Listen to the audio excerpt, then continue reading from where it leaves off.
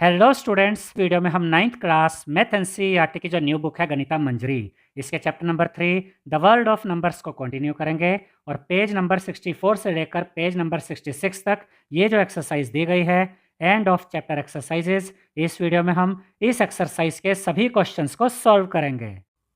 Question number 1 में देखिए हमसे क्या कहा गया है।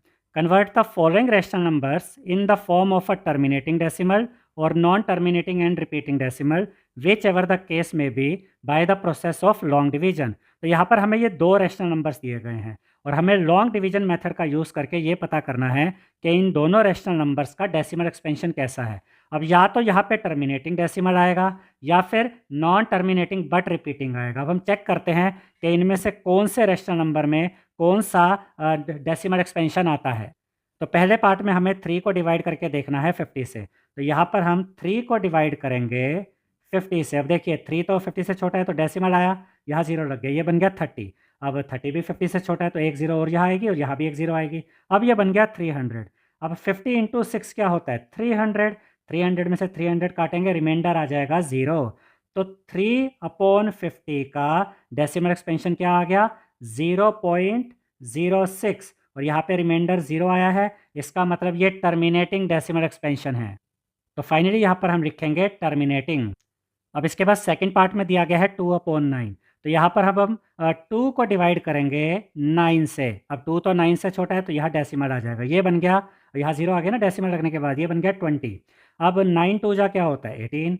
20 में से 18 गया 2 बचा, देखिए फिर से 2 आ गया, अब ये रिपीट होता जाएगा। डेसिमल का 0, ये बन गया 20, 9 2 जा 18, फिर से 2 बच गया, फिर डेसिमल का 0, ये बन गया 20, 9 2 जा 18। तो सेम डिजिट यहाँ रिपीट होती जाएगी। तो यहाँ पर ना ये कॉन्टिन्यूशन लगा देंगे। तो ये कैसा डेसिमल एक्सपेंशन हुआ नॉन टर्मिनेटिंग बट रिपीटिंग। तो पहले तो यहाँ पर हम लिखेंगे 2/9 का जो ये डेसिमल एक्सपेंशन आया है 0.222 और ये 2 यहाँ रिपीट होता जाएगा। इसका मतलब ये जो कॉन्टिन्यूशन लगाया है इससे पता चलता है कि नॉन टर्मिनेटिंग है और यहाँ से पता चलता है रिपीटिंग है। तो ये किस तरह का डेसिमल एक्सपेंशन हुआ नॉन टर्मिनेटिंग बट रिपीटिंग। तो यहाँ पर हम लिखेंगे नॉन टर्मिनेटिंग बट रिपीटिंग। तो क्वेश्चन नंबर 1 यहाँ पर कंप्लीट हो गया है। अब हम देखेंगे क्वेश्चन नंबर 2। सेकंड क्वेश्चन में देखिए हमसे क्या कहा गया है। Prove that √5 is an irrational number. यानी कि हमें ये प्रूव करना है कि √5 एक इरेशनल नंबर है। तो ये मैं पहले भी आपको सिखा चुका हूँ, जो मैंने वीडियो अपलोड की थी जिसमें हमने ये टॉपिक कवर किया था 3.5 इरेशनल नंबर्स, पेज नंबर 53 से लेकर 57 तक। उसमें मैंने आपको ये सब सिखाया था कि कैसे हम √2, √3, √5, √7, √10 ये जो इरेशनल नंबर होते हैं कैसे प्रूव करते हैं कि ये सब इरेशनल नंबर्स हैं। और बस वही प्रोसेस यहाँ पे यूज़ करेंगे, वही मेथड यहाँ पे यूज़ करेंगे और √5 को हम इरेशनल नंबर प्रूव कर देंगे। तो वो मेथड क्या था, सबसे पहले हम लेट कर लेते हैं कि √5 एक रैशनल नंबर है। तो हम लिखेंगे let √5 is a rational number. अब अगर √5 को हमने एक रैशनल नंबर लेट कर लिया है तो √5 को हम P/Q की फॉर्म में लिख सकते हैं, क्योंकि रैशनल नंबर तो P/Q की फॉर्म में लिखे जाते हैं। तो यहाँ पर हम लिखेंगे √5 इज इक्वल टू P/Q। यहाँ पर P और Q क्या है इंटीजर्स है और Q यानी डिनोमिनेटर ये 0 के इक्वल नहीं है और P और Q को प्राइम है। देखिए जब हम ये कहते हैं ना कि √5 एक रैशनल नंबर है और हम इसको P/Q की फॉर्म में लिखते हैं, तो हम यहाँ पर ये कह रहे होते हैं कि जब हमने √5 को P/Q की फॉर्म में लिखा तो P और Q ये को प्राइम नंबर है, यानी कि इनमें कुछ भी कॉमन फैक्टर नहीं है। और यही मेन पॉइंट है, क्योंकि आगे चलकर इसी सॉल्यूशन में हम ये प्रूव कर देंगे कि P और Q का एक कॉमन फैक्टर है जो इन दोनों को ही डिवाइड करता है। और उससे क्या होगा कि हमारी ये अजम्पशन गलत साबित हो जाएगी कि P और Q को प्राइम है और फिर हम ये लिख पाएंगे कि हमारी अजम्पशन गलत थी और √5 एक इरेशनल नंबर है। अब इसके बाद हमारा अगला स्टेप क्या होता है, हम दोनों साइड्स की स्क्वायरिंग कर देते हैं। तो यहाँ पर लिखेंगे स्क्वायरिंग बोथ साइड्स। तो √5 का भी स्क्वायर हो जाएगा जैसा यहाँ लिखा है और P/Q के ऊपर भी स्क्वायर आ जाएगा जैसा कि यहाँ पर आप देख सकते हैं। अब रूट के ऊपर स्क्वायर हो तो रूट और स्क्वायर ये आपस में कैंसिल आउट हो जाते हैं। तो √5 का स्क्वायर का आंसर क्या आता है 5। तो यहाँ पर लिखेंगे 5 और यहाँ पर P का भी स्क्वायर है Q का भी स्क्वायर है, तो ये हो जाएगा P² फिर ये Q² यहाँ अपोन में है ना, ये इधर आके ऊपर 5 के साथ मल्टीप्लाई हो जाएगा। तो ये हो जाएगा 5Q² is equal to P²। इसको हम नाम दे देंगे फर्स्ट इक्वेशन। ये हमें फर्स्ट इक्वेशन मिल गई। अब इस फर्स्ट इक्वेशन से हमें क्या पता चलता है, देखिए क्या मैं 10 को ऐसे लिख सकता हूँ 2 इंटू 5 इज इक्वल टू 10? अगर आपने वो वीडियो देखी है 53 से लेकर 57 पेज वाली, जो मैंने आपको, जिसमें कि ये पूरा इरेशनल नंबर का कंसेप्ट समझाया था, तो उसमें यही सेम चीज़ें मैंने आपको बताई थी। तो अगर आपने वो वीडियो देखी है फिर तो आपके लिए ये बिल्कुल ईजी हो जाएगा, अदरवाइज़ इसको आप ध्यान से समझिएगा कि 10 को हम ऐसे लिख सकते हैं 2 इंटू 5। तो इससे हमें पता क्या चल रहा है कि 2 और 5 10 के फैक्टर है, क्योंकि आपस में मल्टीप्लाई हो रहे हैं, इनको मल्टीप्लाई करो तो 10 आता है। तो जब हम ये कहते हैं ना कि 2 10 का फैक्टर है, तो इसका मतलब जो 10 है वो 2 से डिवाइड हो जाता है। अब यहाँ पर जैसे 10 है, तो 10 की जगह यहाँ पर है पी स्क्वायर, और मल्टीप्लाई कौन हो रहे हैं, मल्टीप्लाई हो रहा है 5 और क्यू स्क्वायर। तो यहाँ से हमें क्या पता चल रहा है कि जो 5 है वो पी स्क्वायर का फैक्टर है, या दूसरे शब्दों में कहें तो जो पी स्क्वायर है वो 5 से डिविजिबल है। तो यहाँ पर हम लिखेंगे this means P square is divisible by 5। और ये भी मैं पहले भी आपको समझा चुका हूँ कि अगर पी स्क्वायर 5 से डिविजिबल है, यानी कि अगर पी स्क्वायर 5 से डिवाइड हो जाता है तो P भी 5 से डिवाइड होगा। Therefore P is also divisible by 5। और इसके लिए मैंने आपको कौन सा एग्जाम्पल देकर समझाया था कि अगर मैं 4 का स्क्वायर कर दूं तो ये क्या आता है 16, और 16 2 से डिवाइड हो जाता है ना, बिल्कुल पूरा डिवाइड हो जाता है। तो अगर 16 2 से डिवाइड हो रहा है, 16 किसका स्क्वायर है, 4 का स्क्वायर, अगर 16 2 से डिवाइड होता है तो 4 भी 2 से डिवाइड होगा।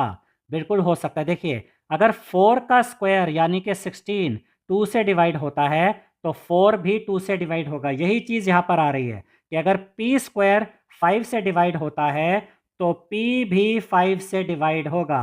तो इससे हमें पता चल गया कि जो 5 है वो पी का फैक्टर है। जब हम कहते हैं ना कि पी 5 से डिवाइड हो जाता है, तो इसका मतलब 5 पी का फैक्टर है। तो यहाँ पर हम लिखेंगे hence 5 is a factor of P.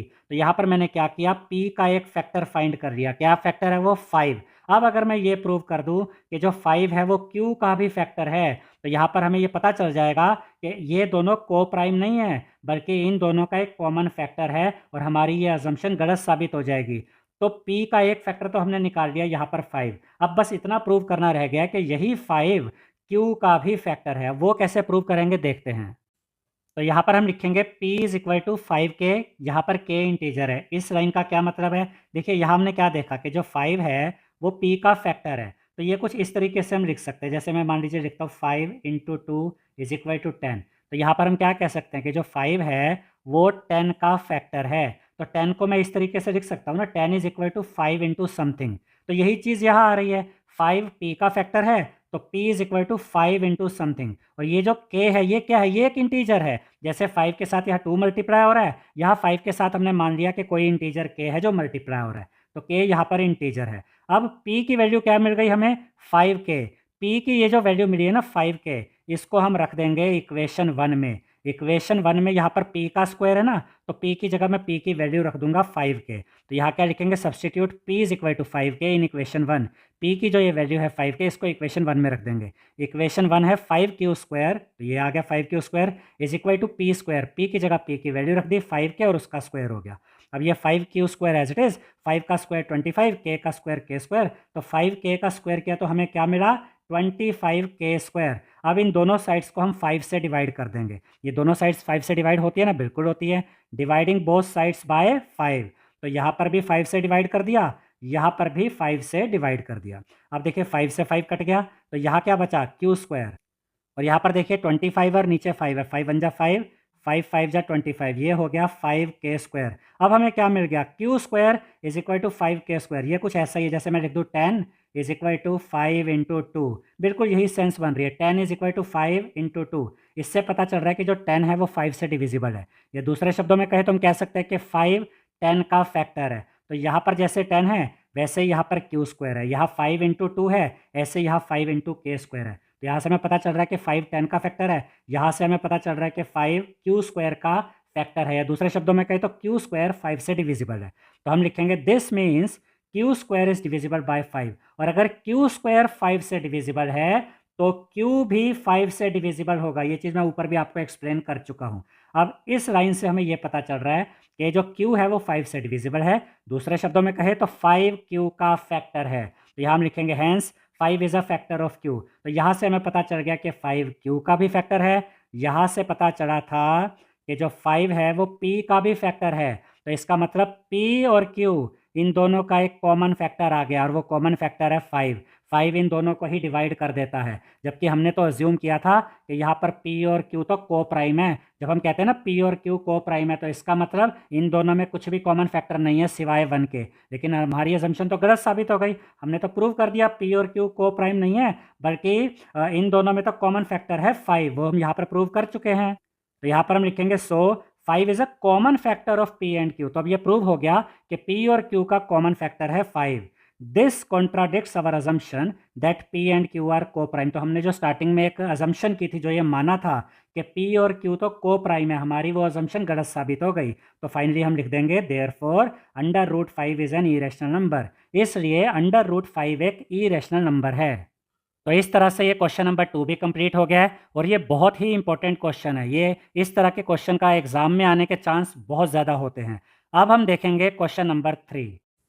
Third question में हमसे कहा गया है convert the following decimal numbers in the form of P/Q। तो यहाँ पर हमें ये डेसिमल नंबर्स दिए गए हैं और हमें इन सभी डेसिमल नंबर्स को P/Q की फॉर्म में कन्वर्ट करना है। फर्स्ट पार्ट में दिया गया है 12.6, ठीक है। तो यहाँ पर हमने लिखा फर्स्ट पार्ट 12.6। अब देखिए ये टर्मिनेटिंग डेसिमल एक्सपेंशन है, कॉन्टिन्यूशन तो है नहीं इसमें, तो इसको तो P/Q की फॉर्म में कन्वर्ट करना बड़ा ईजी है। कैसे? ये हमने लिखा 12.6 और 12.6 को हम ऐसे लिख सकते हैं, यहाँ से हमने डेसिमल हटा दिया। अब डेसिमल हटाया तो ये बन गया 126 और यहाँ देखिए राइट से देखिए एक डिजिट के बाद डेसिमल है, तो जब ये डेसिमल हटाएंगे तो अपोन में 10 आ जाएगा। अगर 2 डिजिट के बाद डेसिमल होती तो 100 आ जाता अपोन में, 3 डिजिट के बाद डेसिमल होती तो 1000 आ जाता। यहाँ 1 डिजिट के बाद डेसिमल थी तो अपोन में 10 आ गया, ठीक है। अब इसको अगर हम देखें किससे कटेगा, ये 2 से कटता है। 2 6 जा 12 और 2 3 जा 6 और यहाँ पर नीचे 2 5 जा 10, हमें क्या मिल गया 63/5। तो हमसे क्या कहा गया था कि 12.6 ये जो डेसिमल नंबर है इसको P/Q की फॉर्म में हमें कन्वर्ट करना था। तो 12.6 को हमने P/Q की फॉर्म में कन्वर्ट किया तो हमें मिल गया 63/5। अब हम देखते हैं इसी क्वेश्चन का सेकंड पार्ट। अब इसके बाद सेकंड पार्ट में डेसिमल नंबर है 0.0120। तो यहाँ पर भी कॉन्टिन्यूशन तो है नहीं, तो इसका मतलब ये भी एक टर्मिनेटिंग डेसिमल एक्सपेंशन है। तो देखिए यहाँ पर हम लिखेंगे 0.0120 और यहाँ से ना हम ये डेसिमल हटा देंगे, और जब आप यहाँ से ये डेसिमल हटा देंगे तो ये आपका क्या बचेगा, यहाँ से आपका बचेगा, देखिए प्रैक्टिकली देखें तो कुछ ऐसा होना चाहिए 0.0120, डेसिमल हटाया तो ये बच गया 0120, लेकिन इस जीरो का तो कोई मतलब ही नहीं रह जाता, ये लिखो ना लिखो, तो अल्टीमेटली बचेगा 120। तो ऊपर यहाँ न्यूमरेटर में आप लिखेंगे 120 और 1 2 3 4 डिजिट्स के बाद डेसिमल था तो नीचे 4 जीरो यानी कि 10,000 आ जाएगा। अब ये जीरो से ये जीरो कट गया, क्या बचा 12 ऊपर आ गया, 1000 नीचे आ गया। अब देखिए आप इन दोनों नंबर्स को 2 से भी काट सकते हैं, 4 से भी काट सकते हैं। मैं यहाँ डायरेक्ट 4 से काट देता हूँ। 4 3 जा 12 और यहाँ देखिए 4 2 जा 8, 10 में से 8 गया 2 बचा, 2 एंड 0 20, 4 5 जा 20, एक जीरो बचा, एक जीरो यहाँ पर आ गया, तो यहाँ पर अपोन में आया 250। तो जब हमने 0.0120 जब हमने इस डेसिमल नंबर को P/Q की फॉर्म में चेंज किया तो P/Q की फॉर्म में इसका आंसर आ गया 3/250। अब हम देखते हैं इसी क्वेश्चन का थर्ड पार्ट। अब थर्ड पार्ट में हमें ये डेसिमल नंबर दिया गया है 3.052 और 52 के ऊपर रिपीटिंग बार है। तो पहले दो पार्ट जो हमने सोल्व किए उससे कैसे अलग है, ये non terminating but repeating decimal expansion है जिसमें 52 52 52 बार बार रिपीट हो रहा है। तो यहाँ पर जैसे पहले दो पार्ट में हमने किया था ना कि डेसिमल हटाया, नीचे फिर हमने उतनी जीरो लगा दिए, राइट से जितने नंबर्स जितने डिजिट्स के बाद डेसिमल था, लेकिन यहाँ पर वो बड़ा मेथड काम नहीं करेगा क्योंकि 52 52 52 कितनी बार आ रहा है हमें पता ही नहीं है। तो इसको हम कैसे सोल्व करते हैं, ये मेथड मैं ऑलरेडी आपको कई एग्जांपल्स के द्वारा ये ऑलरेडी समझा चुका हूँ। तो सेम मेथड यहाँ पर हम यूज़ करेंगे और इस क्वेश्चन को सोल्व करेंगे और इस डेसिमल नंबर को जो कि नॉन टर्मिनेटिंग बट रिपीटिंग है इसको हम P/Q की फॉर्म में शो करेंगे। तो इसका तरीका क्या होता है, रेट कर लेंगे x इज इक्वल टू, यानी कि ये जो डेसिमल नंबर है इसको हमने x रेट कर लिया और इस डेसिमल नंबर को इस तरीके से लिखेंगे 3.0525252, ये 5252 यहाँ पे रिपीट हो रहा है और ये कॉन्टिन्यूशन आ गया। तो ये हमारी फर्स्ट इक्वेशन हो गई। याद रखिएगा, हालांकि पहले भी समझा चुका हूँ कि कॉन्टिन्यूशन का मतलब होता है नॉन टर्मिनेटिंग और यहाँ से पता चलता है रिपीटिंग, तो ये non terminating but repeating decimal expansion है। ये हमारी फर्स्ट इक्वेशन हो गई। अब यहाँ पर दो डिजिट्स हैं जो कि बार बार रिपीट हो रही हैं, तो यहाँ पर इस इक्वेशन को हम मल्टीप्लाई करेंगे 100 से। अगर एक डिजिट रिपीट होती रहती है तो 10 से मल्टीप्लाई करेंगे, दो डिजिट रिपीट हो रही है जैसा कि इस पार्ट में तो 100 से मल्टीप्लाई करेंगे, 3 डिजिट रिपीट होगी तो 1000 से करेंगे। मल्टीप्लाई इक्वेशन 1 बाय 100, तो इसकी लेफ्ट हैंड साइड को भी 100 से मल्टीप्लाई करेंगे और राइट हैंड साइड को भी। तो लेफ्ट हैंड साइड में तो यहाँ पर x है, तो 100 into x, right hand side में ये डेसिमल नंबर है, इसको भी 100 से करेंगे। 100 इंटू 3.05 3.052525 कंटिन्यूशन। अब 100 इंटू एक्स तो हो गया 100x, और यहाँ पर इसको 100 से मल्टीप्लाई करेंगे तो डेसिमल 2 डिजिट लेफ्ट राइट की तरफ, डेसिमल 2 डिजिट राइट की तरफ आ जाएगा 5 के आगे, तो ये बन जाएगा 305.252525 कंटिन्यूशन। अब इसके बाद हमारा अगला स्टेप क्या होता है, हम इक्वेशन 1 को सब्ट्रैक्ट करते हैं इक्वेशन 2 में से। तो यहाँ हम लिखेंगे सब्ट्रैक्टिंग इक्वेशन 1 फ्रॉम इक्वेशन 2। तो इक्वेशन 2 की लेफ्ट हैंड साइड में से माइनस करेंगे इक्वेशन 1 की लेफ्ट हैंड साइड, तो यहाँ आ जाएगा 100x माइनस एक्स, और इक्वेशन 2 की राइट हैंड साइड में से माइनस करेंगे इक्वेशन 1 की राइट हैंड साइड। तो इक्वेशन 2 की राइट हैंड साइड क्या हो जाएगी 305.252525 कंटिन्यूशन, इसमें से माइनस करेंगे 3.052525 ये कंटिन्यूशन। अब ध्यान से देखिए 100x में से 1x माइनस करेंगे तो आ जाएगा 99x, और ये जो सब्ट्रैक्शन है मैंने पहले भी आपको बताया था कि ये वर्बली मत कीजिएगा, ये हमेशा लिख कर देखिएगा जैसे यहाँ मैंने लिख कर दिखाया है। तो यहाँ पर ऊपर आप लिखेंगे 305.252525 कंटिन्यूशन, और माइनस करेंगे जो फर्स्ट इक्वेशन की राइट हैंड साइड थी 3.052525 कंटिन्यूशन से कंटिन्यूशन कटा, और ये 2525 वाला पार्ट ये भी कट गया, 5 में से 5 गया 0, 2 में से 0 गया 2, 5 में से 3 माइनस करेंगे यहाँ आएगा 2, उसके अलावा ये 0 और 3, तो हमें यहाँ पर मिला 302.20, और डेसिमल के बाद यहाँ एंड में ये वाला 0 लगाए ना लगाए फ़र्क नहीं पड़ता, तो इसको हम ऐसे लिख सकते हैं 302.2। अब हमें तो x की वैल्यू फाइंड करनी है, तो ये जो 99 है यहाँ मल्टीप्लाई में, इधर आके ये अपोन में यानी कि डिवाइड में आ जाएगा। अब यहाँ से डेसिमल हटाइए, राइट से एक डिजिट के बाद डेसिमल है ना, तो डेसिमल हटाएंगे तो ऊपर आ जाएगा 3022, अपोन में 99 तो पहले ही था, राइट से एक डिजिट के बाद डेसिमल था, तो डेसिमल हटाने पे नीचे एक 0 आ गई, तो x की वैल्यू हमें मिल गई 3022 अपोन में 990। अब 3022 और 990 ये दोनों 2 की टेबल में आते हैं, तो इनको 2 से काटेंगे। देखिए 2 1 जा 2, 3 में से 2 गया 1 बचा, 1 एंड 0 10, 2 5 जा 10, फिर 2 1 जा 2, 2 1 जा 2, और यहाँ देखिए 2 4 जा 8, 9 में से 8 गया 1 बचा, 1 एंड 9 19, 2 9 जा 18, 19 में से 18 गया 1 बचा, 1 एंड 0 10, 2 5 जा 10, तो यहाँ पर हमें आंसर मिल गया 1511 अपोन में 495, ये हमें x की वैल्यू मिल गई। और x हमने किसको रेट किया था, x हमने उसी डेसिमल नंबर को यहाँ पर रेट किया था जो कि हमें यहाँ पर दिया गया है 3.052 रिपीटिंग बार, इसी को तो हमने x माना था और लिखा था x is equal to 3.0525252 continuation. तो जब हमने इस डेसिमल नंबर को, या ऐसे कह सकते हैं कि जब हमने इस डेसिमल नंबर को p अपॉन q की फॉर्म में चेंज किया तो हमें आंसर मिला 1511 अपोन में 495। इसके बाद फोर्थ पार्ट में हमें दिया गया है 1.235 और 35 के ऊपर आप देख सकते हैं रिपीटिंग ब्लॉक है, तो इसे हमें कन्वर्ट करना है p अपॉन क्यू की फॉर्म में।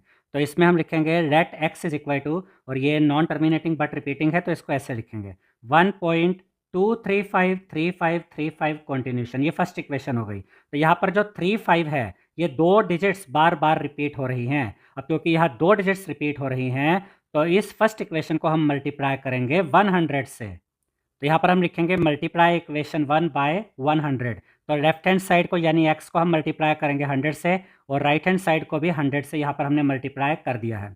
ठीक है, अब इसके बाद 100 इंटू एक्स आ जाएगा 100x, और उसके बाद 100 को मल्टीप्लाई करेंगे इससे, तो यहाँ पर जो डेसिमल है ना वो 2 डिजिट राइट की तरफ आ जाएगा, यानी कि 3 के बाद आ जाएगा, 3 और 5 के बीच में, तो ये बन जाएगा 123.535353 कंटिन्यूशन। अब यहाँ पर 2 इक्वेशंस आ गई, ये हमारी सेकंड इक्वेशन है। अगला स्टेप क्या होता है, सब्ट्रैक्टिंग इक्वेशन 1 फ्रॉम इक्वेशन 2।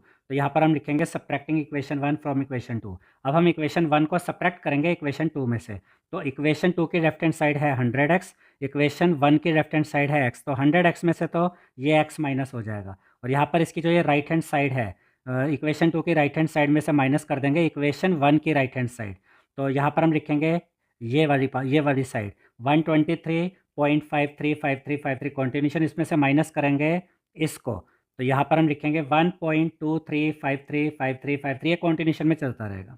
ठीक है, 100x में से x गया, 99x बचा। अब इसमें से हमें माइनस करना है इसको, तो ये आप वर्बली नहीं करेंगे, इसको करके दिखाएंगे 123.535353 कंटिन्यूशन, इसमें से माइनस करना है 1.2353553, ऐसे चलता रहेगा।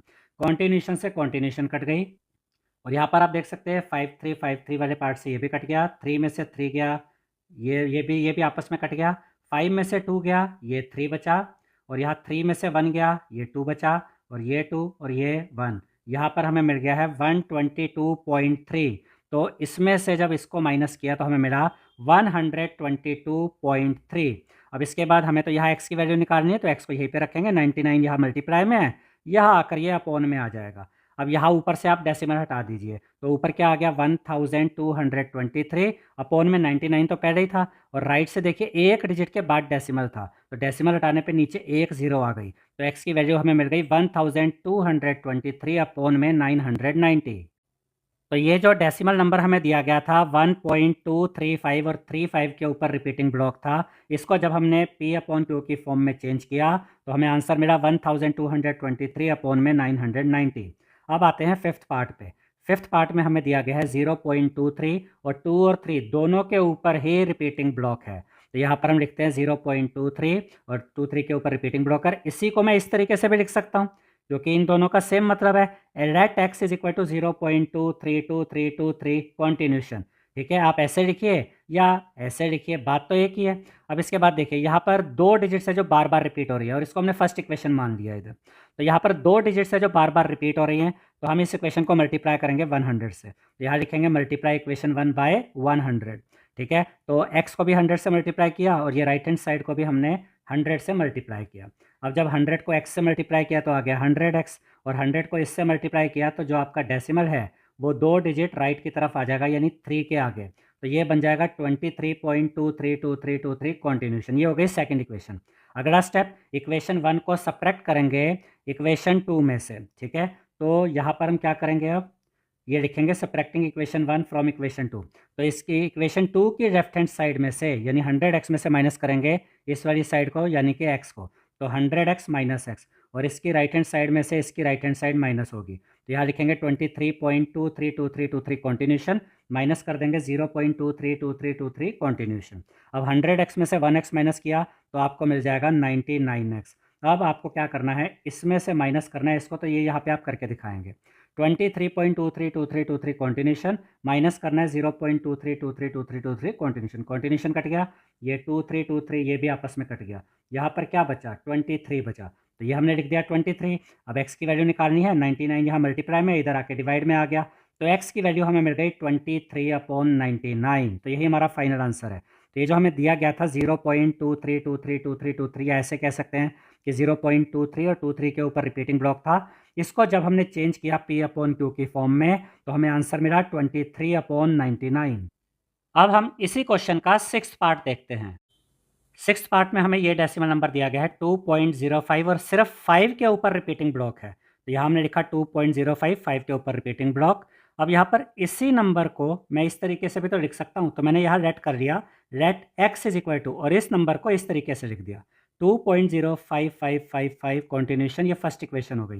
देखिए यहाँ पर सिर्फ एक ही डिजिट है जो बार बार रिपीट हो रही है, और वो डिजिट है 5, तो हम इस इक्वेशन को मल्टीप्लाई करेंगे 10 से, मल्टीप्लाई इक्वेशन 1 बाय 10, तो यहाँ पर x को भी 10 से मल्टीप्लाई करेंगे और इस डेसिमल नंबर को भी 10 से ही मल्टीप्लाई किया जाएगा। 10 इंटू एक्स करेंगे तो मिल जाएगा 10x, और यहाँ 10 को इस डेसिमल नंबर से मल्टीप्लाई करेंगे तो डेसिमल एक डिजिट राइट की तरफ जाके यहाँ आ जाएगा 0 और 5 के बीच में, तो ये बन जाएगा 20.5555 कॉन्टिन्यूशन, ये सेकंड इक्वेशन हो गई।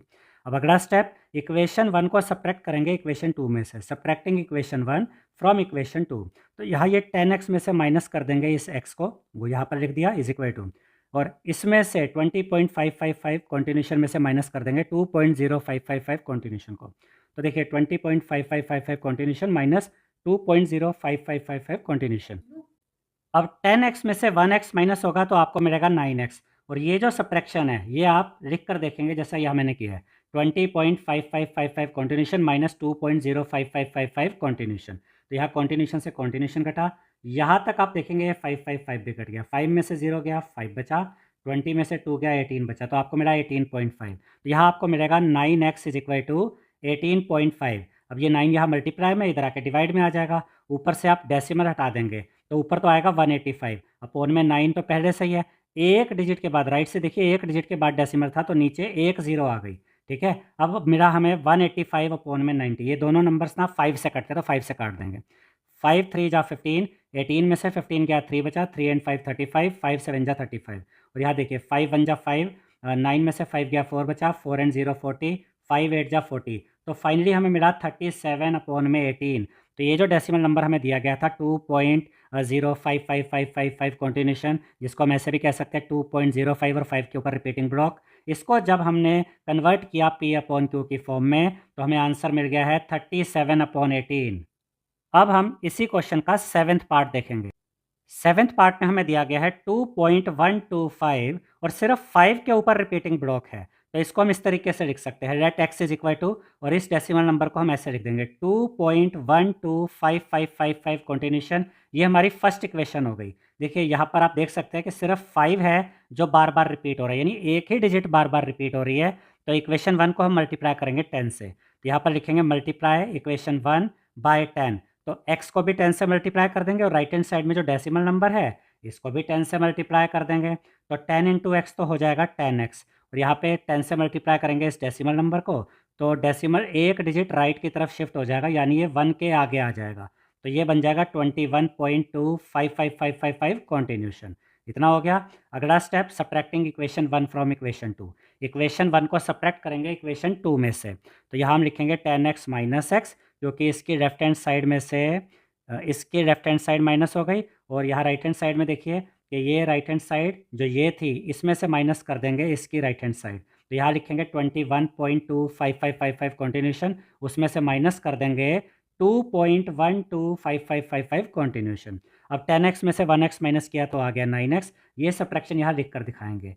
21.25555 कॉन्टिन्यूशन माइनस कर देंगे 2.12555 कॉन्टिन्यूशन। कॉन्टिन्यूशन से कॉन्टिन्यूशन कटा, ये 5 यहाँ तक का पार्ट यहाँ से कट गया। 5 में से 2 माइनस किया 3 आ गया, 2 में से 1 माइनस किया 1 आ गया। उसके बाद 1 आगे कैरी लेंगे 11 बन जाएगा, 11 में से 2 गया 9, और यहाँ बचा 1, 19.13 आ गया। तो यहाँ हमने लिखा 19.13। अब हमें तो x की वैल्यू फाइंड करनी है, तो ये 9 यहाँ मल्टीप्लाई में था, इधर आके डिवाइड में आ गया। हमें मिल गया 19.13 अपॉन में 9। ऊपर से डेसिमल हटा दीजिए।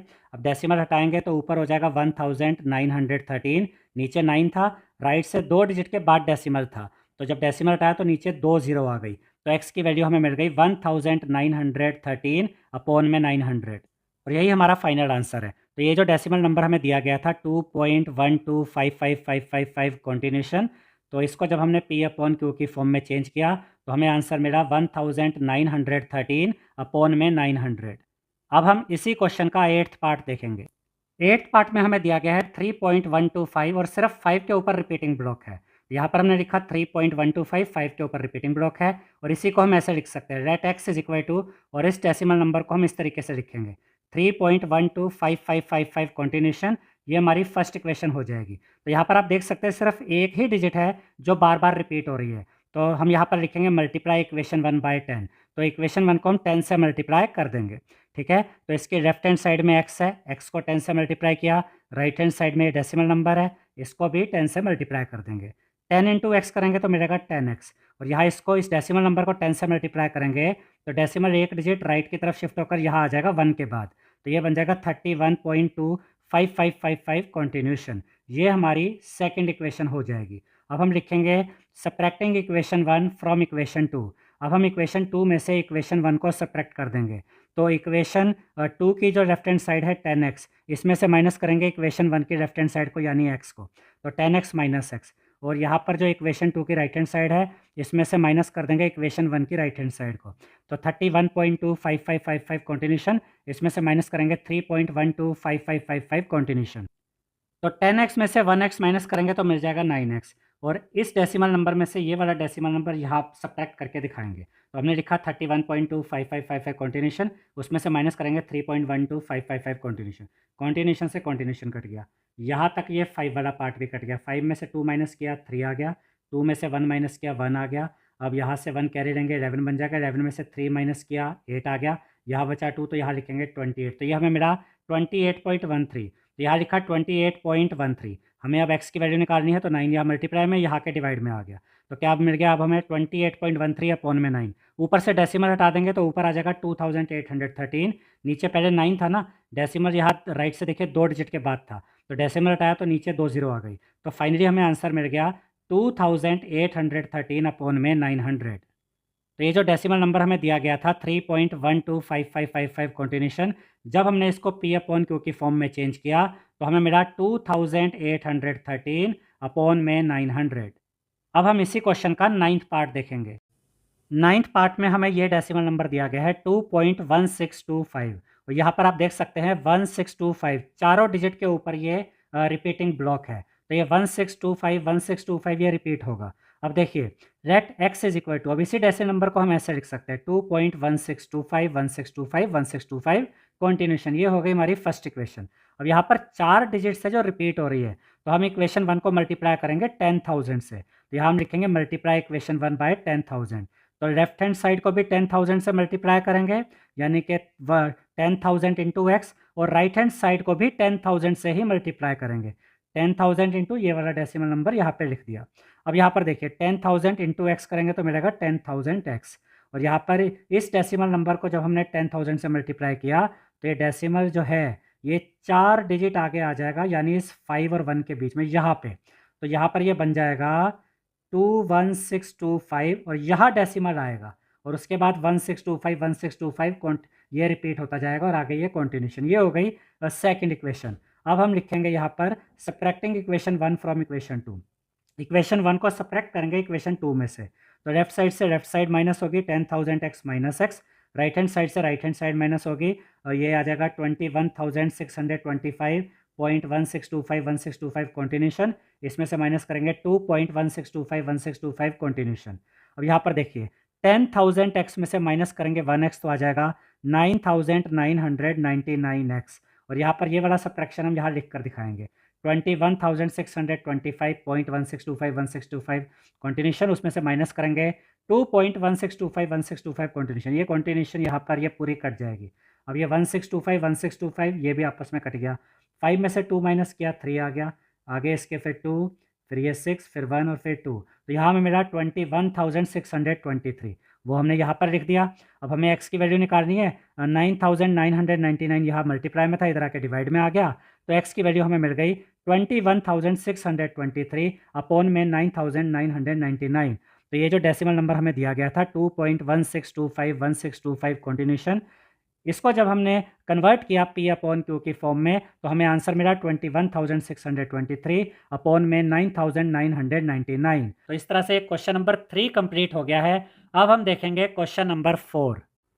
क्वेश्चन नंबर 4 में हमसे कहा गया है locate the following rational numbers on the number line. अब यहाँ पर हमें ये 2 रैशनल नंबर्स दिए गए हैं, और हमें ये दोनों रैशनल नंबर्स नंबर लाइन पर लोकेट करने हैं। देखिए जो पहला रैशनल नंबर है इसका डेसिमल एक्सपेंशन कैसा है, टर्मिनेटिंग, ये ध्यान में रखिएगा।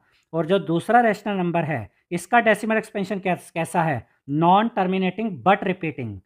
और हमें इन दोनों रैशनल नंबर्स को नंबर लाइन पे लोकेट करना है, तो अब हम इन दोनों रैशनल नंबर्स को नंबर लाइन पे लोकेट करना सीखेंगे। तो पहले हम 0.532 को नंबर लाइन पे रिप्रेजेंट करेंगे। तो सबसे पहले आप क्या करेंगे, इस तरीके से स्केल की मदद से ना एक लाइन ड्रॉ करेंगे 12 सेंटीमीटर की। अब आप कहेंगे 12 सेंटीमीटर की ही क्यों, वो भी आपको समझ में आ जाएगा। तो यहाँ पर आप ये इस तरह से ये 12 सेंटीमीटर की लाइन, इस तरीके से 12 सेंटीमीटर की लाइन सेगमेंट आप ड्रॉ कर देंगे, और यहाँ क्या करेंगे, 1-1 सेंटीमीटर का गैप लेते जाएंगे, इस तरीके से पॉइंट मार्क करेंगे 1, 2, ऐसे करते करते आप ये पॉइंट्स मार्क करेंगे। तो 12 सेंटीमीटर की लाइन सेगमेंट लेने के बाद यहाँ पर मैंने ये 1-1 सेंटीमीटर का गैप लिया। अब इससे देखिए हमें क्या मिलेगा, जितने भी आपने पॉइंट्स बनाए ना इनको मार्क कर दीजिए। 0 सबसे पहले आएगा 0, फिर 1, 2, 3, 4, 5, 6, 7, 8, 9, 10। देखिए 0 से लेकर 10 तक इस तरह का कोई क्वेश्चन आ जाए ना कि आपको ऐसा एक डेसिमल नंबर दिया गया और इसको आपने नंबर लाइन पे लोकेट करना है, तो आपको 0 से लेकर 10 तक इस तरीके से ये मार्क करना होता है। ठीक है, इसीलिए मैंने 12 सेंटीमीटर की लाइन ली थी, जिसमें 0 से लेकर 10 तक ये भी आ गया, और इस तरीके से हमने ये लाइन को शो भी कर दिया। अब इस नंबर को ध्यान से देखिए, डेसिमल नंबर को 0.532। देखने से ही पता चल रहा है कि ये जो नंबर है ये 0 और 1 के बीच में आएगा। अब हम अगली लाइन सेगमेंट बनाएंगे और अगली लाइन सेगमेंट इसके बीच में और अगली लाइन सेगमेंट के बीच में 3 से 4 लाइन का आप गैप छोड़िएगा। अब यहाँ पर मैंने फिर से ये 12 सेंटीमीटर की लाइन ली, उसमें 1-1 सेंटीमीटर पर गैप लिया। अब यहाँ नंबर्स क्या आएंगे, हमें पता है कि ये जो नंबर है 0.532 ये 0 और 1 के बीच में आएगा। तो यहाँ पर स्टार्टिंग होगी 0 से, ठीक है, और एंड होगा 1 पे। अब 0 से 1 तक आप कैसे आएंगे, अगला जो नंबर यहाँ मार्क करेंगे वो होगा 0.1, उसके बाद 0.2, उसके बाद 0.3, नेक्स्ट आएगा 0.4, उसके बाद आएगा 0.5, उसके बाद 0.6, 0.7, फिर 0.8 लिखेंगे, फिर 0.9 और 0.9 के बाद एंड में यहां क्या आएगा, 1 आएगा। अब आप क्या करेंगे, ये 0 को ना यहां इस 0 के साथ ऐसे ज्वाइन कर देंगे, ये इस तरीके से, ठीक है। और यहां पर अगर आप चाहें तो ये इस तरीके से एरो भी बना सकते हैं। तो 0 के साथ 0 को ज्वाइन किया और यहां पर 1 को, ये जो 1 है इस 1 को इस 1 के साथ आप इस तरीके से ज्वाइन कर देंगे, ठीक है।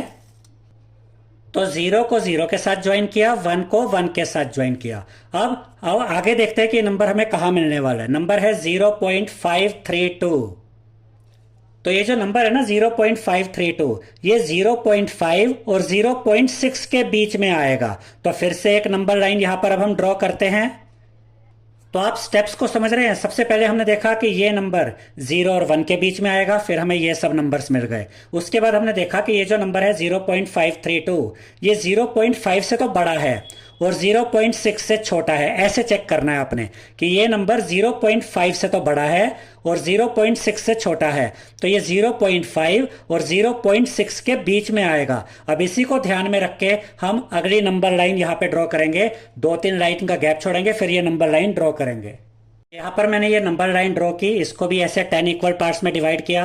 अब मैंने आपको पहले ही समझा दिया कि ये जो नंबर है 0.532 ये 0.5 से बड़ा है, 0.6 से छोटा है, तो ये इन दोनों के बीच में आएगा। तो इस बार यहां स्टार्टिंग करेंगे 0.5 से और एंड में आएगा 0.6। अब ये नंबर ऐसे आगे कैसे बढ़ाएंगे हम, 0.5 के बाद क्या आएगा 0.51। यहाँ एक्चुअली बिल्कुल मतलब ऐसे ना हो जाए कि बिल्कुल साइड साइड पता ही ना चले क्या कहाँ पे लिखा है। तो एक नंबर नीचे लिखा तो एक ऊपर, फिर एक नीचे एक ऊपर, 0.5 अगला क्या होगा 0.51, नेक्स्ट 0.52, अगला 0.53, नेक्स्ट 0.54, नेक्स्ट 0.55, फिर 0.56, उसके बाद 0.57, फिर 0.58, फिर 0.59 और लास्ट में आ जाएगा 0.6। अब आप क्या करेंगे कि ये 0.5 जो है इसको ज्वाइन कर देंगे 0.5 के साथ, ठीक है, और ऐसे एरो बना देंगे। और ये जो 0.6 है इसको ज्वाइन कर देंगे आप इस 0.6 के साथ इस तरीके से, और यहां पर भी आप ये इस तरीके से ही एरो बना देंगे, ठीक है। से देखिए नंबर क्या है, नंबर है 0.532। तो हम देखते ही बता सकते हैं कि ये जो नंबर है ये 0.53 से तो बड़ा है लेकिन 0.54 से छोटा है। तो अब जो दो नंबर हम लेंगे ना नंबर लाइन पे वो होगा 0.53 और 0.54। इन दोनों के बीच में हमें ये डेसिमल नंबर मिल जाएगा। अब 2-3 लाइनें छोड़ के फिर से यहां पर एक नंबर लाइन ड्रॉ करते हैं। तो फिर से यहाँ पर मैंने ये 12 सेंटीमीटर की नंबर लाइन ले ली। हालांकि ज्योमेट्रिकली हम इसको कोई ऐसा नहीं ले रहे कि 12 सेंटीमीटर लेना, बस एक तरीका है जिसमें ये कन्वीनियंट रहता है, और उसमें 10 इक्वल पार्ट्स में डिवाइड कर दिया। अब इस बार स्टार्टिंग होगी 0.53 से और यहाँ एंड में आएगा 0.54। तो यहां पर सबसे पहले क्या है 0.53 और ये एंड होगा 0.54 पे। अब इसको आगे बढ़ाते हैं, 0.53 से अगला नंबर क्या आएगा 0.531, उससे अगला 0.532, उससे अगला 0.533, नेक्स्ट 0.534, फिर 0.535, फिर 0.536, नेक्स्ट होगा 0.537, अगला होगा 0.538, फिर 0.539 और लास्ट में आ जाएगा 0.54। अब हमारा नंबर क्या है 0.532। हमारा नंबर यही ना डेसिमल नंबर 0.532। अब यहां पर देखिए हमने उसको लोकेट कर लिया, ये है 0.532। तो इस तरह से इसको आप यहां सर्कल में दिखा देंगे और यहां पर आप क्या करेंगे 0.53 को यानी इस पॉइंट को 0.53 से यहां पर ऐसे ज्वाइन कर देंगे, ये एरो दिखा देंगे इस तरीके से। और उसके बाद क्या है ये 0.54, इसको इस तरीके से यहाँ 0.54 के साथ ज्वाइन कर देंगे और ऐसे ये एरो दिखा देंगे। तो हमें जो नंबर लोकेट करने के लिए कहा गया था 0.532, हमने नंबर लाइन पे इस नंबर को, इस डेसिमल नंबर को 0.532 को लोकेट कर लिया है। अब हम इसी क्वेश्चन का सेकंड पार्ट देखते हैं। अब सेकंड पार्ट में हमें 1.15 और 5 के ऊपर रिपीटिंग ब्लॉक दिया गया है। इस डेसिमल नंबर को नंबर लाइन पे लोकेट करना है। तो पहले तो आप ये देखिए कि इस डेसिमल नंबर को हम कैसे लिख सकते हैं। इसको हम ऐसे लिख सकते हैं 1.155 कॉन्टिन्यूशन। देखिए 5 यहां पे रिपीट होगा, तो 5 को मैंने यहां पर 2 बार दिखा दिया, इससे हमें पता चल रहा है कि ये कॉन्टिन्यूशन में है। तो इसी डेसिमल नंबर को पहले हमने ऐसे लिखा, अब इसे हम नंबर लाइन पे लोकेट करेंगे। तो सबसे पहले तो आप ये लाइन सेगमेंट, ये लाइन ऐसे ड्रॉ कर लेंगे और इस पे 0 से लेकर 10 तक ये मार्क कर लेंगे, ठीक है। अब इसके बाद आप देखेंगे कि ये नंबर कौन से दो नंबर्स के बीच में आता है। देखते ही हम बता सकते हैं कि ये 1 से तो बड़ा है लेकिन 2 से छोटा है, तो ये 1 और 2 के बीच में आएगा। तो जो अगली नंबर लाइन हम बनाएंगे ना, उसमें स्टार्टिंग होगी 1 से और एंड होगा 2 पे। अब देखिए यहां पर हम ये 1 को 1 के साथ ज्वाइन कर देंगे। ये फर्स्ट पार्ट में भी ऐसे ही किया था हमने, ये 1 को यहां पर ऐसे ज्वाइन किया और ये जो 2 है, 2 को हम 2 के साथ ज्वाइन कर देंगे। तो ये जो 2 है ये आपका ज्वाइन हो जाएगा ये ऐसे 2 के साथ, ये यहां पे, ये इस तरीके से, ठीक है। तो ये आपका 2 को 2 के साथ ज्वाइन कर दिया। अब फिर से कि इस नंबर को देखिए, अब ये नंबर 1.1 से तो बड़ा है लेकिन 1.2 से छोटा है। तो अब जो अगली नंबर लाइन आएगी ना, उस पे स्टार्टिंग होगी 1.1 से और एंड होगा 1.2 पे, क्योंकि ये जो नंबर है ये 1.1 से तो बड़ा है लेकिन 1.2 से छोटा है। अच्छा, एक चीज यहां पर बतानी रह गई थी कि ये नंबर्स आगे कैसे बढ़ेंगे। जैसे 1 है तो उसके बाद आएगा 1.1, फिर 1.2, फिर 1.3, 1.4, 1.5, 1.6, 1.7, 1.8, 1.9 और यहां पर आया 2।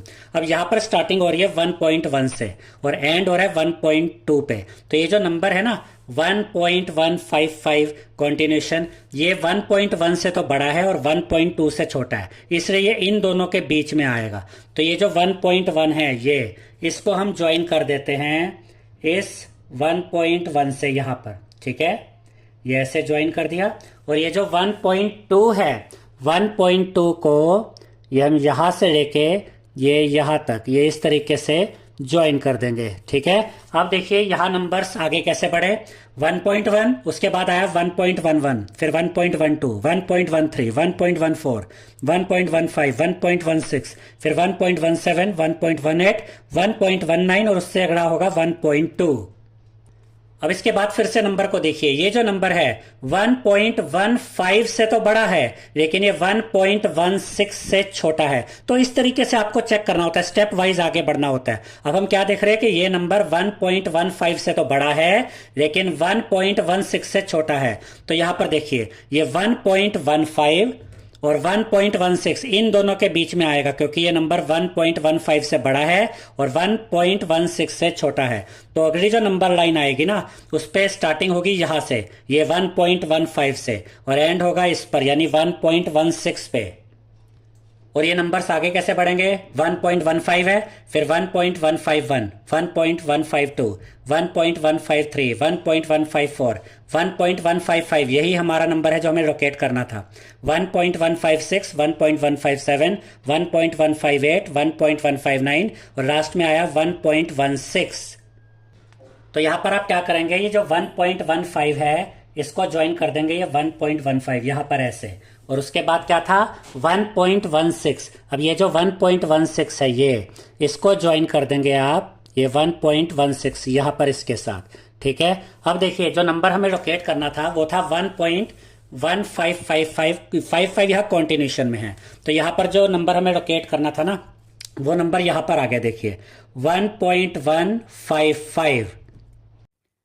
फिफ्थ क्वेश्चन में देखिए हमसे क्या कहा गया है, find 6 rational numbers between 3 and 4। हमें 3 और 4 के बीच में 6 रैशनल नंबर्स पता करने हैं। तो इस तरह के क्वेश्चन में पहले भी आपको समझा चुका हूं। तो यहाँ पर हमें 2 काम करने हैं, एक तो 3 और 4 के डिनोमिनेटर को भी सेम बनाना है और न्यूमरेटर में भी इतना गैप क्रिएट करना है कि 3 और 4 के बीच में हम आसानी से 6 रैशनल नंबर्स पता कर पाए। अब बात यह आती है कि 3 और 4 को किससे मल्टीप्लाई करें। तो यहाँ 3 लिखिए, कोमा लगाइए, यहाँ पर 4 लिखिए। देखिए यहाँ पर आपको 3 और 4 के बीच में 6 रैशनल नंबर्स पता करने हैं। तो 6 से बड़ा कोई नंबर आप ले सकते हैं। यहाँ पर आप 7, 8, 9, 10, 20, 30, 50, 100 कुछ भी ले सकते हैं। बस इतना याद रखिए कि जो भी नंबर आप ले रहे हैं वो 6 से बड़ा होना चाहिए। तो यहाँ पर 3 को अगर मैं 10 से मल्टीप्लाई करूँ तो 10 से डिवाइड भी करना पड़ेगा। तो इसको आप ऐसे कह सकते हैं कि 3 को आप 10 से मल्टीप्लाई करते हैं, 10 से डिवाइड करते हैं। देखिए इससे हमारी वैल्यू पे कोई फ़र्क नहीं पड़ा, क्योंकि 10 को 10 से काट देंगे तो 1 ही तो आएगा। तो इससे ना क्या हुआ कि हमारी वैल्यू वही है, बस उसको लिखने का तरीका अब अलग हो जाएगा। ऐसे ही 4 को भी आप किससे मल्टीप्लाई करेंगे, 10/10 से। तो यहाँ देखिए क्या होगा, 3 इंटू 10 क्या हो जाएगा, 30/10। और यहाँ 4 इंटू 10 क्या हो जाएगा, 40/10। अब देखिए डिनोमिनेटर दोनों में सेम आ गए ना, दोनों में डिनोमिनेटर 10 है और दोनों के न्यूमरेटर में देखिए डिफरेंस कितना आ गया। यहाँ न्यूमरेटर 30 है, यहाँ न्यूमरेटर 40 है। तो इसमें 6 से तो बड़ा ही डिफरेंस है ना इन दोनों के बीच में। तो अब हम आसानी से इन दोनों के बीच में 6 रैशनल नंबर्स फाइंड कर सकते हैं। तो अब जो 6 रैशनल नंबर्स हम फाइंड करेंगे वो इससे तो बड़े होंगे और इससे छोटे होंगे, यानी कि इन दोनों के बीच में होंगे। और ये भी याद रखिएगा स्टूडेंट्स कि इस तरह के क्वेश्चन में आंसर्स अलग-अलग आ सकते हैं। हमने यहाँ 10/10 से मल्टीप्लाई किया, हो सकता है कोई स्टूडेंट यहाँ 20/20 यूज़ कर ले, तो यहाँ पर आंसर अलग हो सकते हैं। लेकिन अगर आपका कंसेप्ट सही है, मेथड सही है, तो आंसर अलग-अलग होने से कोई प्रॉब्लम नहीं है, आपका आंसर सही माना जाएगा। अब यहाँ पर ये भी याद रखिएगा कि क्वेश्चन में तो ये कहा गया ना कि 3 और 4 के बीच में रैशनल नंबर पता करना है। तो हमने 3 का जो इक्विवेलेंट रैशनल नंबर निकाला वो मिला 30/10। तो 3 को ही हम 30/10 कह सकते हैं। और 4 का इक्विवेलेंट रैशनल नंबर क्या बना, 40/10। तो 4 को हम 40/10 कह सकते हैं। तो अब यहाँ पर हम लिखेंगे 6 रैशनल नंबर्स बिटवीन, अब यहाँ पर 3 और 3 के साथ उसका इक्विवेलेंट फ्रैक्शन लिखा 30/10 एंड 4 के साथ उसका इक्विवेलेंट रैशनल नंबर लिखा 40/10। तो इन दोनों के बीच में 6 रैशनल नंबर्स क्या होंगे, ये होंगे 31/10, यानी कि इससे बड़े और इससे छोटे। 31/10, फिर अगला 32/10, नेक्स्ट 33/10, उससे अगला 34/10, उसके बाद 35/10 और लास्ट में हम लिखेंगे 36/10। तो 3 और 4 के बीच में जो 6 रैशनल नंबर्स हमें फाइंड करने थे वो 6 रैशनल नंबर्स यहाँ पर हमने फाइंड कर लिए हैं। अब इसके बाद हम देखेंगे क्वेश्चन नंबर 6। 6th क्वेश्चन में हमसे कहा गया है find 5 rational numbers between 2/5 and 3/5। तो हमें 2/5 और 3/5 के बीच में 5 रैशनल नंबर्स फाइंड करने हैं। तो यहाँ पर भी सेम चीज़ हमें करनी है कि दोनों नंबर्स के डिनोमिनेटर्स भी सेम बने रहें और इनके न्यूमरेटर्स में इतना गैप भी क्रिएट कर देना है कि इनके बीच में आसानी से हम 5 रैशनल नंबर्स फाइंड कर पाएँ। तो यहाँ पर लिखते हैं 2/5, यहाँ कॉमा लगाया, यहाँ पर लिखते हैं 3/5। अब हमें इन दोनों के बीच में 5 रैशनल नंबर्स पता करने हैं। तो 5 से बड़ा कोई भी नंबर आप यहाँ पे यूज़ कर सकते हैं। 10 यूज़ कीजिए, 15, 18, 20, 50, कोई भी 5 से बड़ा कोई भी नंबर यहाँ पे आप यूज़ कर सकते हैं। तो यहाँ पर 2/5 को आप 10 से मल्टीप्लाई कर दीजिए, 10 से डिवाइड कर दीजिए। ऐसे यहाँ पर 3/5 को 10 से मल्टीप्लाई, 10 से डिवाइड कर दीजिए। 2 10 जा क्या हो जाएगा 20 और अपॉन में 5 10 जा क्या हो जाएगा 50। ऐसे यहाँ पर ये क्या हो जाएगा 3 10 जा 30 और अपॉन में क्या आ जाएगा 5 10 जा 50। तो 2/5 का इक्विवेलेंट रैशनल नंबर हमें मिल गया 20/50 और 3/5 का इक्विवेलेंट रैशनल नंबर हमें मिल गया 30/50।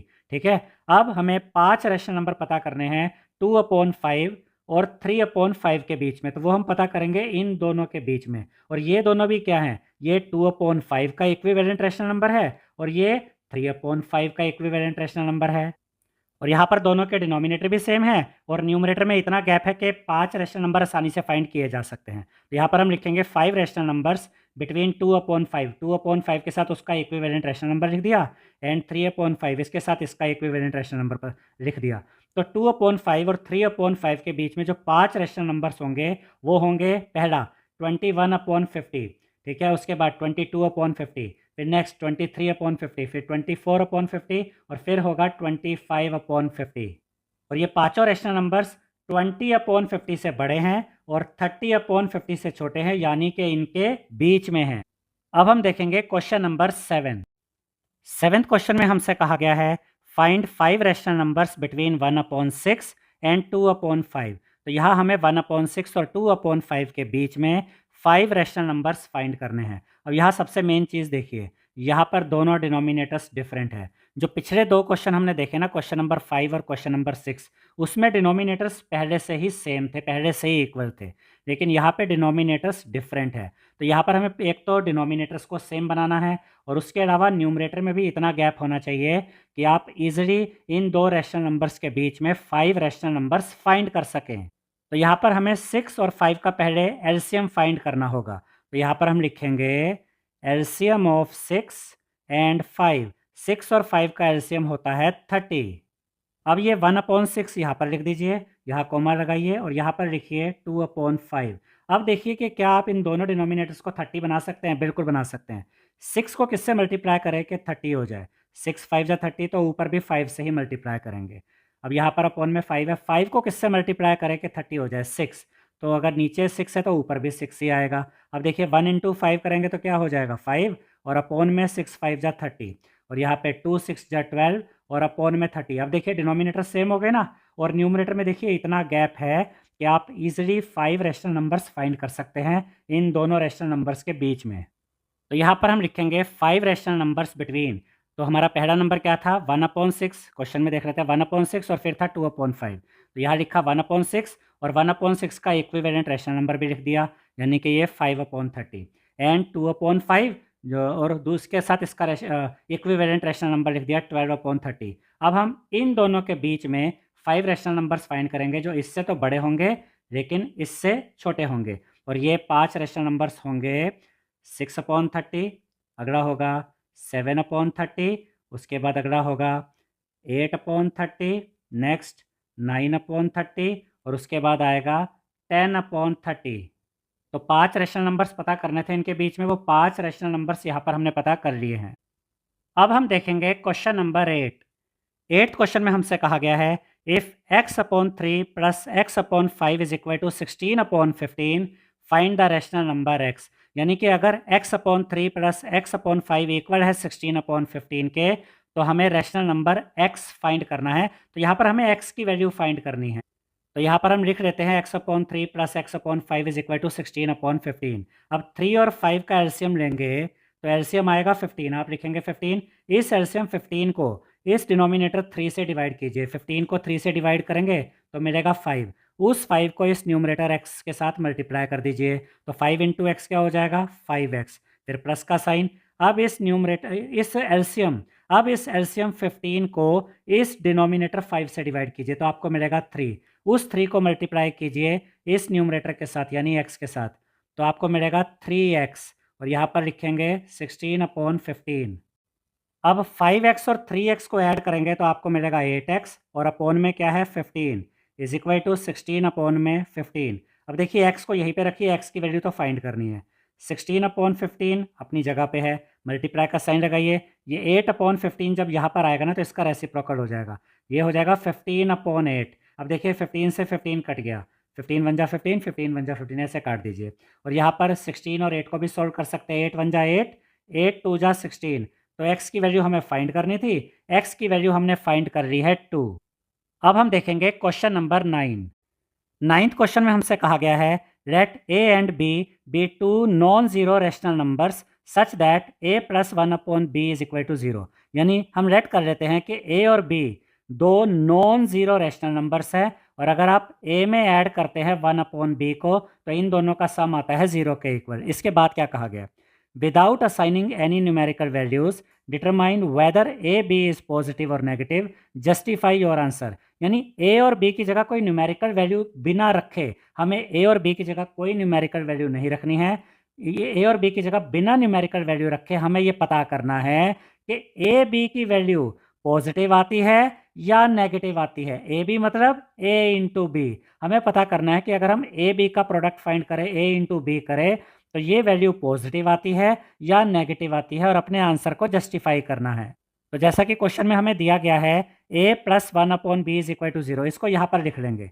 a को यहीं पे रखते हैं, 1/b पॉजिटिव है, इस साइड आकर ये नेगेटिव 1/b हो जाएगा। अब इसके बाद हम लिखेंगे multiply both sides by b। हम इन दोनों साइड्स को ना b से मल्टीप्लाई कर देंगे, तो देखिए क्या होगा, a into be left hand side में b से मल्टीप्लाई किया, राइट हैंड साइड में क्या है -1/b, इसको भी b से मल्टीप्लाई किया, b से b कट गया, a इंटू बी क्या होता है, a इंटू बी को हम ऐसे लिख सकते हैं ab, और यहाँ क्या बचा -1। तो हमसे क्या पूछा गया था, हमसे पूछा गया था कि जो ab है वो पॉजिटिव आएगा या नेगेटिव, और हमने चेक कर लिया है कि ए बी की वैल्यू नेगेटिव आ रही है, ठीक है ना, ए बी की वैल्यू नेगेटिव आई। तो फाइनली यहाँ पर हम लिखेंगे ए बी इज नेगेटिव। अब हम देखेंगे क्वेश्चन नंबर 10। 10th क्वेश्चन में देखिए हमसे क्या कहा गया है, a rational number has a terminating decimal expansion whose last non zero digit occurs in the fourth decimal place. अब इसका मतलब क्या है कि एक रैशनल नंबर है, ठीक है, और इसका डेसिमल एक्सपेंशन कैसा है, ये जो रैशनल नंबर है इसका डेसिमल एक्सपेंशन है टर्मिनेटिंग, और इसमें डेसिमल के बाद 4 प्लेसेस होंगे। जैसे कि मैं एग्जांपल के रूप में ऐसे लिख देता हूँ 0.1234, ये मैं अपनी तरफ से एक एग्जांपल लिख रहा हूँ। एक रैशनल नंबर है जिसका डेसिमल एक्सपेंशन टर्मिनेटिंग है, तो यहाँ पर आप देख सकते हैं टर्मिनेटिंग डेसिमल एक्सपेंशन है, और इसमें फोर्थ डेसिमल प्लेस पर देखिए, फोर्थ डेसिमल प्लेस मतलब डेसिमल के बाद ये 4 डिजिट होंगी, और इसमें जो ये लास्ट ये वाली जो डिजिट आएगी ना, उसके लिए कहा गया कि वो नॉन ज़ीरो होनी चाहिए। तो यहाँ पर हमने लास्ट में जैसे 4 लिखा, तो ये एक नॉन ज़ीरो डिजिट है, और ये आपके ये जो डिजिट होगी ना नॉन ज़ीरो होगी, ये आपकी फोर्थ डेसिमल प्लेस पर होगी। इससे हमें पता चलता है कि डेसिमल के बाद 4 डिजिट्स आएंगी, ठीक है। हालांकि हमने ये जो पूरा क्वेश्चन है ना जो सॉल्व किया है वो एक अपनी तरफ से हमने एक नंबर लेकर किया, नंबर की मदद से किया, वो नंबर यहाँ पर मैंने लिखा हुआ है, तो मैं इसी नंबर के हिसाब से पूरा क्वेश्चन आपको सॉल्व करके दिखाऊंगा। अब इस क्वेश्चन में ना 2 पार्ट्स है, पहला पार्ट देखते हैं।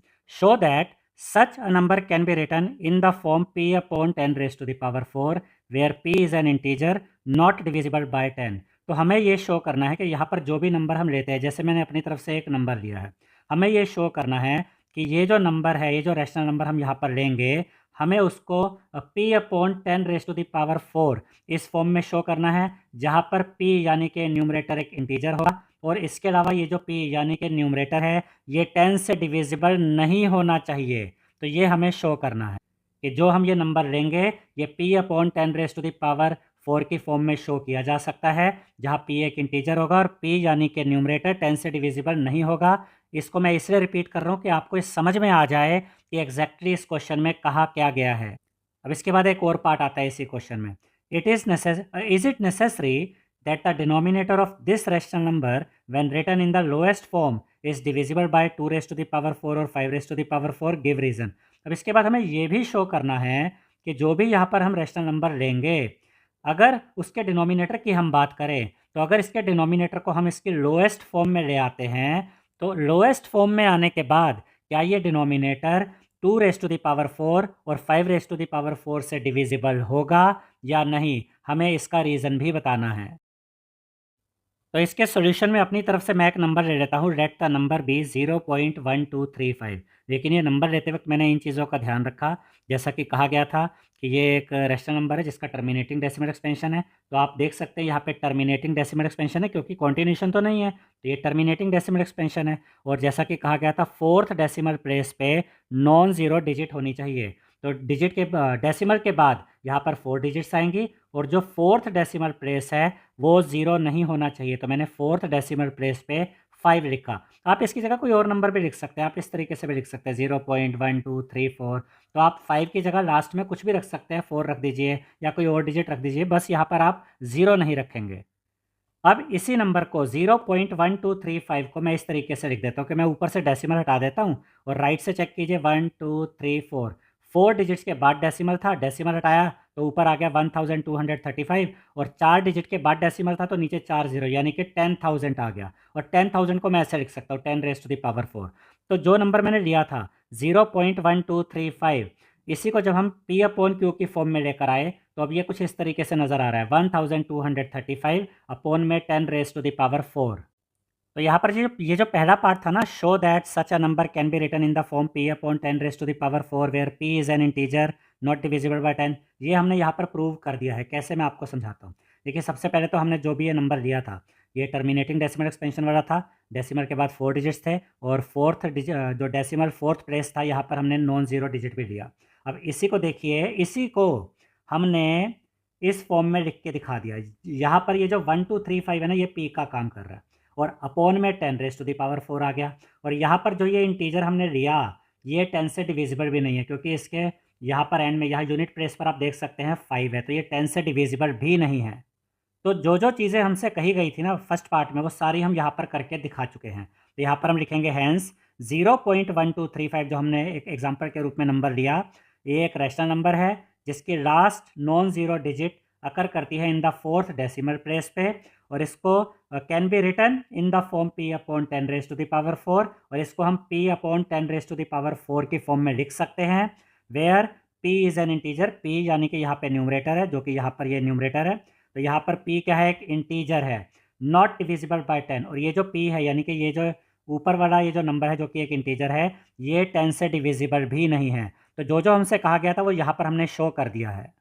अब इसके बाद अगले पार्ट में हमसे क्या पूछा गया था कि ये जो नंबर है, अगर इसके डिनोमिनेटर को हम लोएस्ट फॉर्म में ले आते हैं तो तब क्या इसका डिनोमिनेटर 2⁴ और 5⁴ से डिविजिबल होगा या नहीं। तो देखिए यहाँ पर ये हमारे पास नंबर आ गया, हमने नंबर लिया था 0.1235 और उसके बाद इसको इस तरीके से हमने चेंज कर दिया था ना। तो यहीं से शुरू करते हैं, 1235/10⁴। डिनोमिनेटर पे ध्यान देना है, ऊपर न्यूमरेटर है 1235 यानी कि 1235, अपोन में 10⁴ को ऐसे लिख दिया 10,000। अब इसको जरा सिंप्लीफाई करते हैं, लोएस्ट फॉर्म में लेकर आते हैं। दोनों नंबर्स ना 5 से कटेंगे, इनको 5 से काटते हैं। 5 2 जा 10, 12 में से 10 गया 2 बचा, 2 एंड 3 23। 5 4 जा 20, 23 में से 20 गया 3 बचा, 3 एंड 5 35। 5 7 जा 35। अब नीचे देखिए 5 2 जा 10, 3 0 बची, वो 3 0 यहाँ पर आ गई। लोएस्ट फॉर्म में क्या आ गया 247 अपोन में 2000, और हमें ध्यान देना है डिनोमिनेटर पे कि लोएस्ट फॉर्म में अब ये डिनोमिनेटर आ चुका है। अब हमें देखना है कि ये जो डिनोमिनेटर है ये 2⁴ और 5⁴ से डिविजिबल है या नहीं, ये चीज़ अब यहाँ पर हमें चेक करनी है।